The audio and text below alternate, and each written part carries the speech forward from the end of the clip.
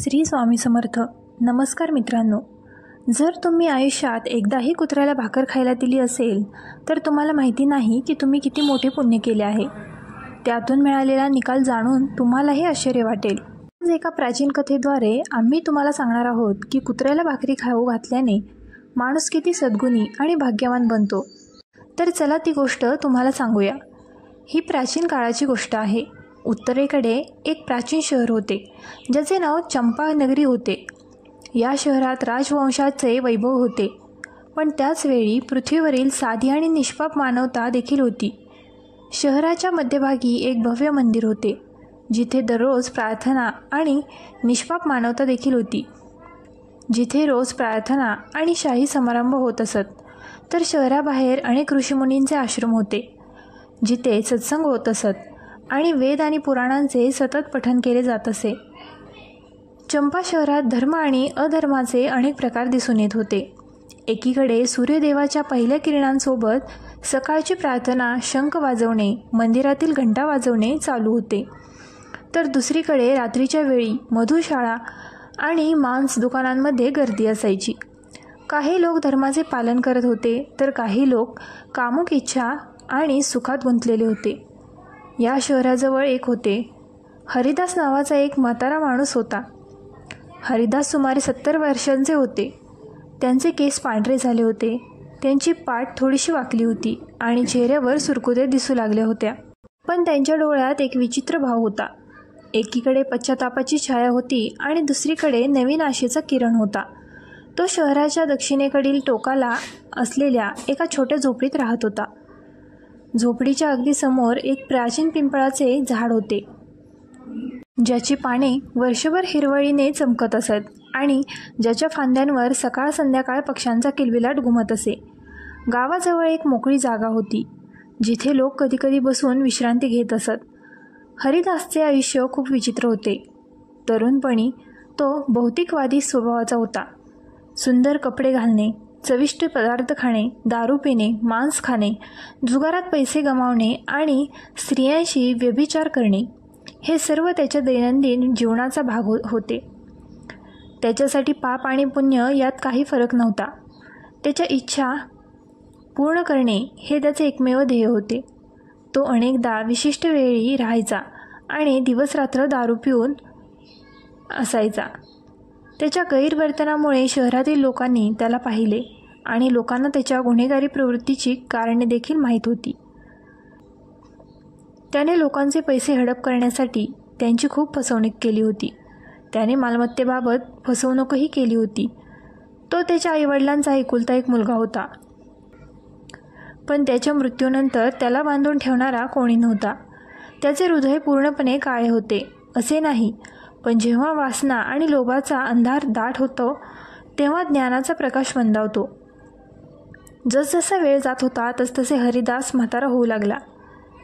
हळूहळू त्यांचे शरीर खराब होऊ लागले. ज्या मित्रांसोबत त्याने व्यभिचार आणि पापाचे जीवन जगले होते ते हळूहळू त्यांच्यापासून दूर जाऊ लागले. कारण असे होते की आता त्याच्याकडे ना संपत्ती होती, ना तारुण्याचा मोह होता, ना उपभोगाचे साधन होते. आता त्याला शहरात एकटे आणि असहाय्य वाटू लागले. ज्यांच्याशी त्याने फसवणूक केली होती ते त्याला पाहून टाळायचे किंवा त्याच्याकडे तुच्छतेने पाहायचे. हरिदासच्या मनात कुठेतरी एक कमकुवत विवेक निर्माण झाला होता जो त्याला टोचत होता की त्याने इतके पाप केले आहे, परंतु थेट मंदिरात जाऊन क्षमा मागण्याची त्याची हिंमत नव्हती. त्याच्या कुप्रसिद्ध कथा ऐकल्यामुळे शहरातील मोठे विद्वान पंडितही त्याला पाहून द्वेष करायचे. एके दिवशी अशाच प्रकारे त्याला स्वतःच्या मुलाला माफ करावे लागले. झोपडीसमोर बसलेला हरिदास आपले भविष्य काय असेल याचा विचार करत होता. तेव्हा त्याची नजर समोर असलेल्या प्राचीन पिंपळाच्या झाडावर पडली. पिंपळाच्या पानांमधून हलक्या वाऱ्यासह एक गोड सळसळणारा आवाज येत होता. असे मानले जाते की पिंपळाच्या झाडात देवता राहतात. विशेषतः भगवान विष्णू. हरिदासच्या मनात एक कोमल भावना का निर्माण झाली ते कळत नाही. त्याला वाटले की या झाडाचे काहीतरी काम करता येईल. त्या दिवशी त्याने पहिल्यांदाच एक भांडे पाण्याने भरले आणि हळूहळू पावलांनी पिंपळाच्या खोडाला पाणी देऊ लागला. पाणी देताना त्याच्या डोळ्यात पाणी आले. त्याला असे वाटले की जणू झाडानेच त्याला पाणी दिले आहे, जणू काही त्याने त्याचे अश्रू शोषून घेतले होते. तो तिथे जमिनीवर बसला आणि म्हणाला, हे पिंपळदेव, मी आयुष्यभर पाप केले आहे. मला आता माफ होईल की नाही हे माहीत नाही, पण आज माझ्या मनाने सांगितले की मी तुमच्या चरणी पाणी अर्पण करून तपश्चर्या करावी. कृपया मला शांती द्या. त्याच्या या शब्दांवर पिंपळाची पाने आणखीन वेगाने हलू लागली, जणू काही निसर्ग कधीही कोणालाही नाकारत नाही हे दर्शवतो. त्या दिवसापासून हरिदासने दररोज सकाळी उठून स्नान करावे आणि पिंपळाच्या झाडाला पाणी अर्पण करावे असा नियम बनवला. त्याला कोणतेही मोठे विधी समजत नव्हते. त्याला फक्त एवढेच माहीत होते की हे झाड त्याच्या हृदयात खोलवर रुजले आहे. जसजसे दिवस जात होते तसतसे हरिदास पिंपळाच्या झाडाजवळ बसून तिथे काही वेळ घालवण्याचा आनंद घेऊ लागला. त्याच्या आत्म्याला हलके वाटू लागले, जणू त्याचे पाप कमी होत चालले होते. काही काळानंतर आणखी एक घटना घडली. एक म्हातारी गाय, जी कदाचित तिच्या चुकीच्या मालकांनी सोडून दिली असेल, ती हरिदासच्या झोपडीसमोर इकडे तिकडे भटकत आली. ती गाय खूप अशक्त होती. त्याचे डोळे करुणेने भरले होते. त्याच्या शरीरावर असंख्य माशा कुंजत होत्या आणि तो जमिनीवर पडण्याच्या बेतात होता. हरिदासने ते पाहताच त्याच्या मनात करुणा निर्माण झाली. आजपासून जर ते 1 वर्षापूर्वी घडले असते तर हरिदासने गायीला फटकारले असते किंवा तिला हाकलून लावले असते. पण आता त्याचा विवेक बदलला होता. हरिदासने लगेच गायीला चरायला गवत दिले आणि मोठ्या प्रेमाने तिला मिठी मारू लागला. गाय मोठ्या प्रेमाने गवत खाऊ लागली. मग हरिदासने आपले घाणेरडे कपडे फाडले आणि त्यापासून कापड बनवले आणि गायीच्या जखमा स्वच्छ केल्या. त्या दिवसापासून गाय तिथेच राहिली. हरिदासने त्याच्या झोपडीच्या मागे एक छोटीशी जागा केली जिथे ती आरामात बसू शकेल. त्याने गायीला जे काही थोडे चारा किंवा उरलेली भाकरी खायला द्यायला सुरुवात केली. हळूहळू गायीची प्रकृती सुधारू लागली. आता हरिदासचा दिनक्रम सकाळी लवकर उठणे, आंघोळ करणे, पिंपळाच्या झाडाला पाणी अर्पण करणे, नंतर गायीची काळजी घेणे, तिच्या जखमा तपासणे आणि तिला खायला घालणे असा होता. त्याने अनेक वेळा विचार केला की जर त्याने काही पैसे गोळा केले आणि ही गाय गोठ्यात पाठवली तर बरी होईल. पण शहरातील गोठ्याच्या चालकाला त्याच्या मागील पापांची जाणीव होती.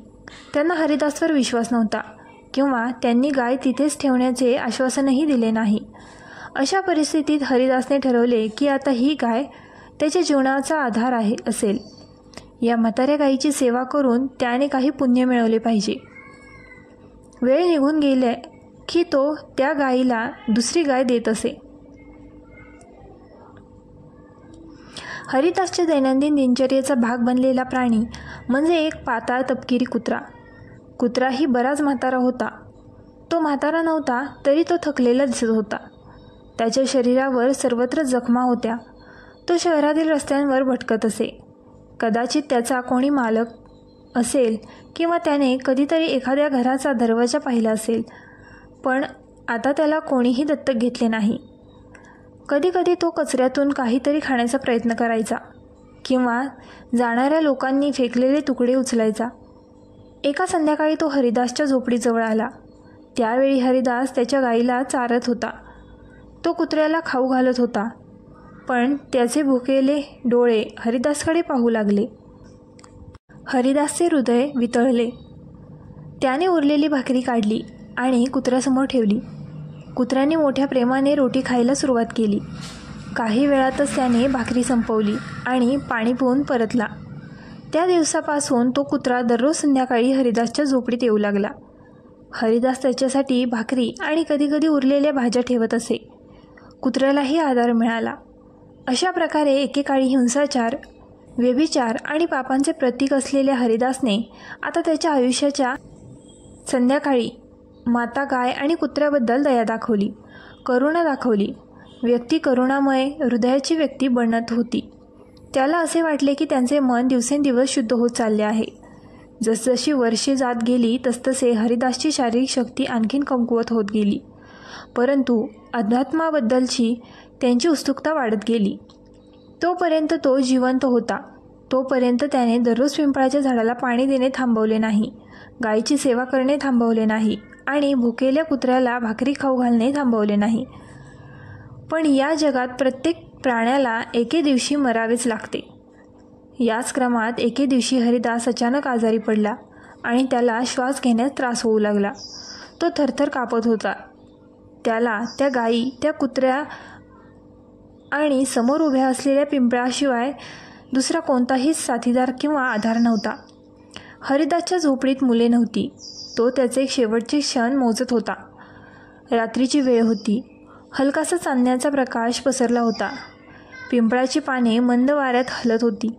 गाय जवळच उभी होती आणि हरिदासकडे एकटक पाहत होती. तिचे डोळे अश्रूंनी भरले होते.